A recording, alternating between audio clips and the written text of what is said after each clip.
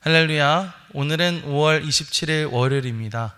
오늘도 정시 매일 예배를 통해 경건의 일상을 살아가고자 하는 우리 큰믿음 유신교회 모든 성도님들을 사랑하고 축복합니다. 다 함께 사도신경으로 우리의 신앙을 고백하며 나아가겠습니다.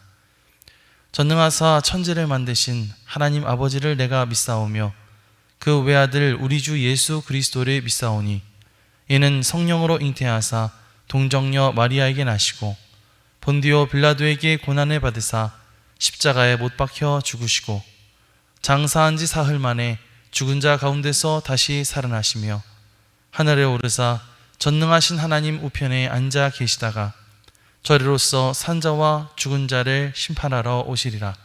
성령을 믿사오며 거룩한 공회와 성도가 서로 교통하는 것과 죄를 사하여 주시는 것과 몸이 다시 사는 것과 영원히 사는 것을 믿사옵나이다. 아멘. 다 함께 찬송가 80장 찬양하겠습니다.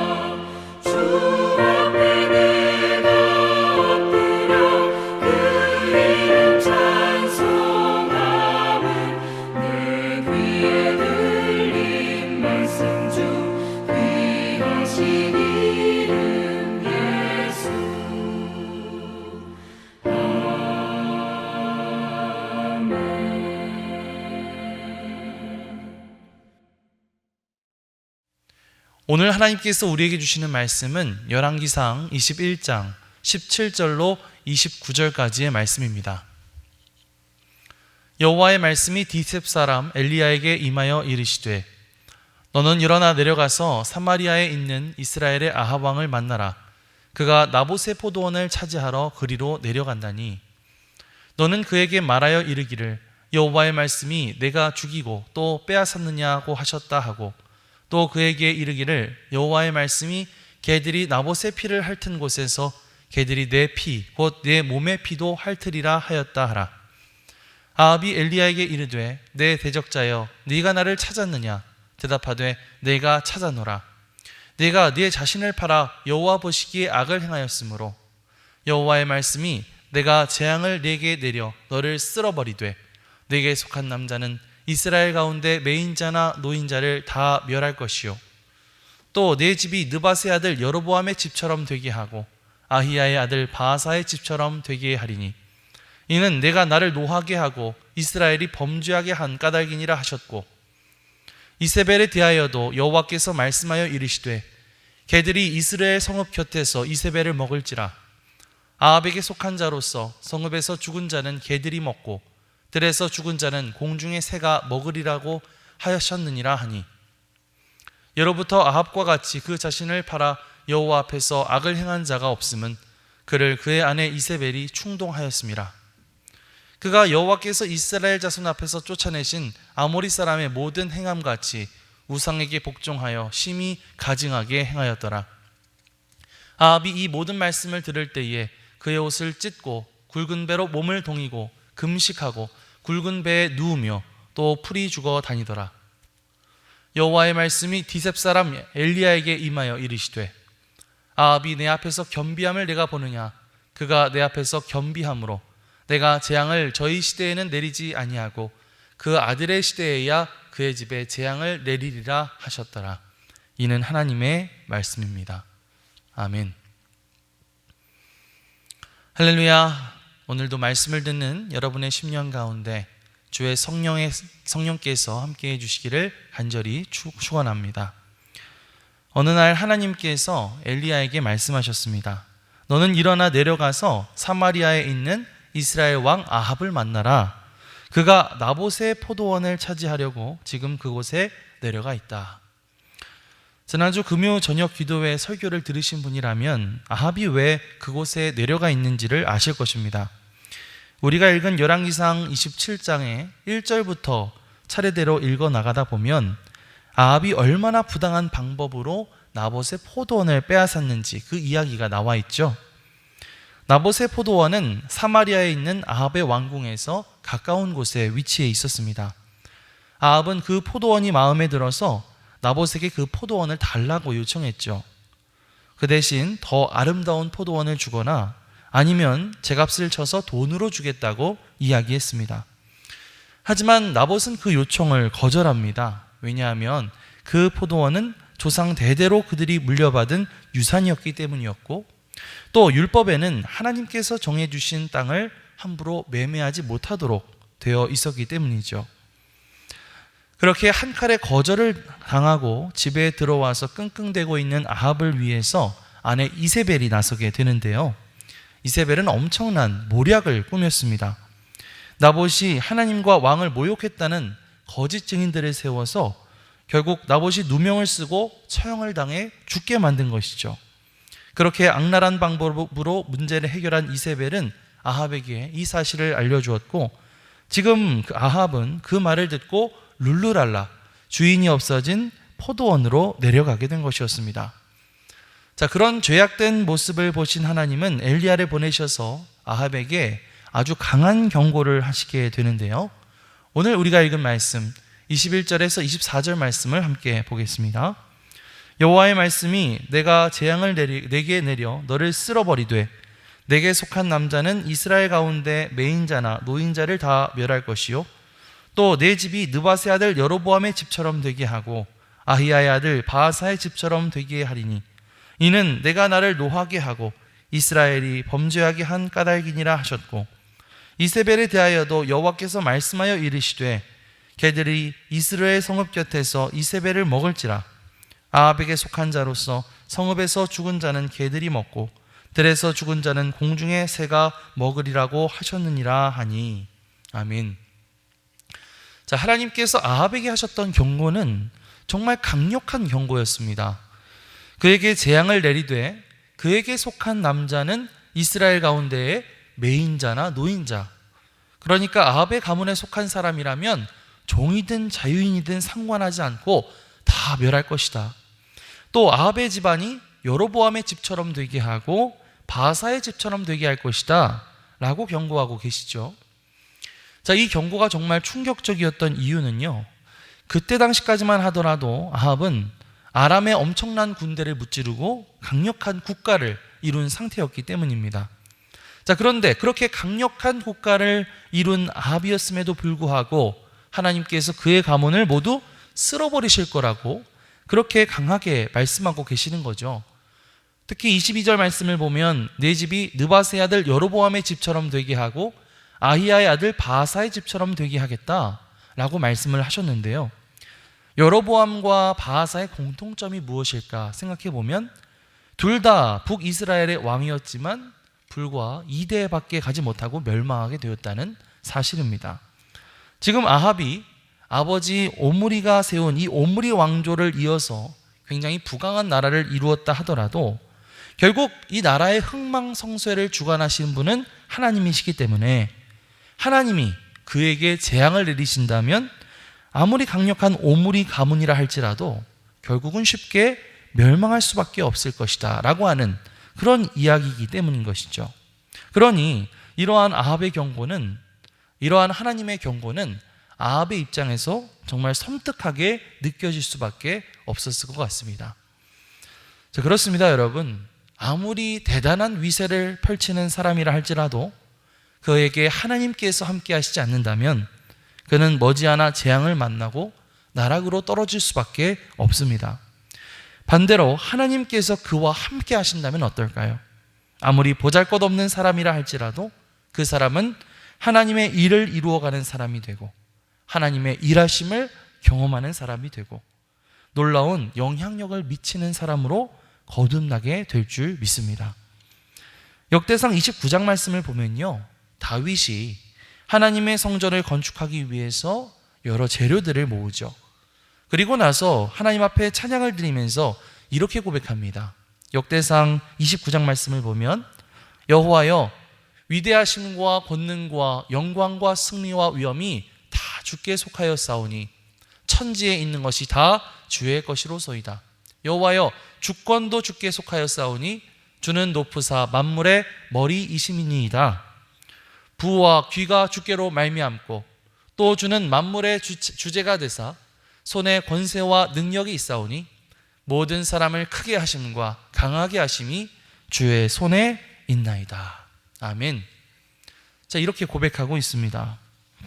역대상을 쓴 저자가 이 다윗의 기도, 다윗의 입술을 통해서 이 성경을 읽는 모든 사람들에게 말하고자 했던 것은 무엇일까요?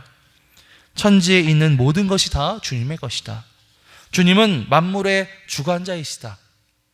사람을 크게 하심과 작게 하심, 강하게 하심과 약하게 하심이 모두 다 하나님께 달려있다 라고 하는 고백입니다. 여러분, 이 고백은 열왕기상 그리고 역대상뿐만 아니라 성경 전체가 말하고자 하는 그런 고백인 줄 믿습니다. 자, 여러분은 성경이 고백하는 것과 같이 사람을 강하게 하심과 크게 하심이 바로 주님께 속해 있다라고 하는 사실을 믿으십니까? 모든 집안과 가문과 만물을 주관하시는 분이 바로 여호와 하나님이심을 믿으십니까? 오늘 우리가 하나님의 주권을 인정하는 그 믿음을 가지고 아합과 같이 하나님을 분노하시게 하는 삶, 하나님을 슬프게 하시는 그런 악한 삶을 살아가는 것이 아니라 과연 하나님께서 기뻐하시는 삶의 모습은 무엇일까? 예수 그리스도 안에서 하나님이 기뻐하시는 선한 삶을 살아간다는 것은 과연 무엇일까? 이것을 계속해서 고민하고 묵상하며 그렇게 오늘 하루를 보낼 수 있는 저와 여러분들이 되시기를 주님의 이름으로 간절히 축원합니다. 자, 그렇게 엘리야를 통해서 하나님은 아합에게 아주 냉혹한 심판을 선포하셨는데요. 과연 아합은 어떤 반응을 보였을까요? 사실 아합은 우리가 전혀 예상치 못했던 반응을 보이게 되는데요. 우리 27절 말씀을 함께 보겠습니다. 아합이 이 모든 말씀을 들을 때에 그의 옷을 찢고 굵은 배로 몸을 동이고 금식하고 굵은 배에 누우며 또 풀이 죽어 다니더라. 자, 아합이 하나님의 말씀에 보였던 반응은 정말 예상 밖의 반응이었는데, 왜냐하면 이 아합이 하나님께서 하신 말씀을 듣고는 진심으로 그것에 대해 근심하고 회개하는 모습을 보였기 때문이죠. 자기의 옷을 찢고 굵은 배로 몸을 감싸고 금식을 하고 또 굵은 배 위에서 자는 이러한 모습들은 하나님 앞에서 자신의 죄를 진심으로 회개하고자 했던 사람들이 보였던 모습이었거든요. 그렇기 때문에 이런 아합의 모습은 너무나 놀랍고 생소한 모습인 것입니다. 왜냐하면 성경은 아합에 대해서 처음에 소개할 때 이 아합이 정말 그 어떤 왕보다도 더 악한 왕이었다고 말하고 있었기 때문이죠. 아합은 저 갈멜산 위에서 제단 위에 하나님의 불이 내려오는 것을 직접 두 눈으로 똑똑히 보았고, 또 3년 넘게 비가 오지 않던 이스라엘 땅에 하나님께서 비를 내리게 하시는 것을 똑똑히 보았습니다. 하지만 그럼에도 불구하고 아합은 하나님께로 돌이키지 않고 여전히 우상을 섬겼죠. 그런데 그런 아합이 지금 어떻게 하고 있습니까? 27절 하반절 말씀을 보시면 그가 풀이 죽어 다니더라 이렇게 말하고 있죠. 여기서 풀이 죽다라고 하는 말은 다른 말로 하면 소망을 잃어버리다 라고 하는 말로 바꿀 수가 있습니다. 하나님께서 아합에게 내리실 그 심판의 소식을 듣고 이 아합은 정말 진정한 희망을 잃어버린 듯한 그런 모습으로 하나님 앞에 회개하는 모습을 보이고 있었던 것입니다. 자, 그러자 하나님께서 다시 엘리야에게 말씀하시죠. 28절에서 29절입니다. 여호와의 말씀이 디셉 사람 엘리야에게 임하여 이르시되 아합이 내 앞에서 겸비함을 내가 보느냐? 그가 내 앞에서 겸비함으로 내가 재앙을 저희 시대에는 내리지 아니하고 그 아들의 시대에야 그의 집에 재앙을 내리리라 하셨더라. 아멘. 자, 하나님은 아합의 겸비함이 뭐죠? 하나님 앞에서 겸손하게 자신을 낮추는 모습, 그런 모습을 보셨습니다. 그래서 처음에 그에게 내리려 했던 재앙을 잠시 유예하시는 것을 볼 수가 있죠. 자, 어떤 사람들은 이것도 불만일 수 있을 것 같아요. 아니, 하나님, 아합이 정말로 회개했다고 한다면 정말 막 울면서 회개하고 자기가 믿던 저 바알과 아세라 신상 막 다 부수고 산당도 다 부수고 하나님의 성전을 다시 회복하고 또 이스라엘 백성들이 다 하나님 믿도록 만들어야 그게 진정한 회개라고 할 수 있지 않겠습니까? 솔직히 저 정도가 뭐가 회개입니까? 저 정도 했다고 심판을 유예하시다니 말도 안 됩니다. 이런 반응을 보일 수도 있을 것 같아요.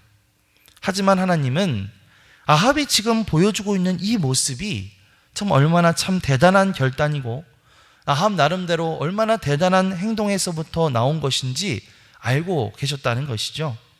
그 예전에 아합이 보여주었던 여러 가지 악랄하고 또 고집스러운 그런 모습들에 비하면 지금 아합의 모습은 나름대로 정말 열심히 노력하고 있는 그런 모습이었다는 것이고, 또 하나님께서는 그런 아합의 마음을 알아주시고 그에게 끝까지 어떤 기회를 주셨다고 하는 사실입니다. 그렇습니다. 우리 사랑하는 성도 여러분, 하나님은 공의의 하나님이시지만 우리에게 벌을 주시는 것이 하나님의 진정한 목적은 아닙니다. 하나님은 우리가 어떻게든 그리고 조금이라도 회개하면서 하나님 앞에 겸손하게 돌아오기를 바라며 인내하시는 분이시다 라는 사실을 기억하셨으면 좋겠습니다. 디모데전서 2장 4절 말씀을 보면 사도 바울은 하나님은 모든 사람이 구원을 받으며 진리를 아는 데 이르기를 원하시느니라 라고 말하고 있는데요, 이것은 모든 사람들을 향한 하나님의 사랑, 하나님의 자비의 마음을 보여주는 것이죠. 하나님은 하나님을 향한 우리의 작은 노력들까지도 모두 다 아시고 또 우리에게 은혜를 베풀어 주시고 끝까지 우리가 다시 회복할 수 있는 기회를 주시는 분이신 줄 믿습니다. 끝까지 기회를 주시는 하나님, 그 하나님의 은혜와 자비하심을 의지하면서 오늘 기도하시기 바랍니다. 주님, 때로 우리가 주님을 떠나서 잠시 죄를 짓고 방황했지만은 다시 우리가 하나님을 향해 돌이키고 다시 하나님을 향해 나아가고자 하는 우리의 작은 노력들까지도 알아주시는 그 하나님의 세심한 은혜를 경험하게 하옵소서. 이렇게 기도했으면 좋겠습니다. 그래서 우리의 작은 기도에도 응답하시고 우리에게 끝까지 사랑과 은혜로 자비를 베풀어 주시는, 끝까지 우리에게 기회를 허락해 주시는 그 사랑의 하나님을 경험하는 저와 여러분들이 되시기를 주님의 이름으로 간절히 축원합니다. 아멘. 기도하겠습니다. 사랑과 은혜가 풍성하신 하나님 아버지, 감사드립니다. 오늘 열왕기상 말씀을 통해서 또 우리의 신앙을 다시 한번 되돌아보게 하심에 감사를 드립니다. 아합에게 하셨던 경고의 말씀을 통해서 아무리 대단한 사람이라 할지라도 흥망성쇠를 주관하시는 하나님 앞에서 아무것도 아닐 수 있음을 우리가 고백하게 하여 주시옵소서. 반대로 하나님께서 우리와 함께 하신다면 아무리 보잘것없는 사람이라 할지라도 하나님의 일하심을 경험하게 되고 놀라운 하나님의 사람으로 세워져 나가게 될 줄 믿습니다. 우리가 그것을 기억하면서 모든 만물의 주관자 되시는 주님을 의지하며 이 시간 기도하며 나아가게 하여 주옵소서. 또한 아합이 회개하는 모습을 보였을 때에 하나님께서 그 모습을 보시고 그에게 갈 재앙을 유예하시는 모습을 보면서 하나님의 인내와 자비가 얼마나 크신지 다시 한번 생각해 보게 됩니다. 끝까지 기회를 주시는 하나님, 그 하나님을 기억하면서 우리가 잠시 잠깐 주님을 떠나 방황했을지라도 우리에게 끝까지 기회를 주시는 그 하나님의 은혜를 의지하여 다시금 주님께 나아가게 하여 주시옵소서. 그리하여서 우리를 살피시는 하나님의 그 세심한 은혜를 경험할 수 있는 오늘 하루가 되게 하여 주시옵소서. 감사드리며 우리 주 예수 그리스도의 이름으로 기도드리옵나이다. 아멘. 하늘에 계신 우리 아버지여, 이름이 거룩히 여김을 받으시오며 나라가 임하시오며 뜻이 하늘에서 이루어진 것 같이 땅에서도 이루어지이다. 오늘 우리에게 일용할 양식을 주시옵고 우리가 우리에게 죄 지은 자를 사하여 준 것 같이 우리 죄를 사하여 주시옵고 우리를 시험에 들게 하지 마시옵고 다만 악에서 구하시옵소서. 나라와 권세와 영광이 아버지께 영원히 있사옵나이다. 아멘.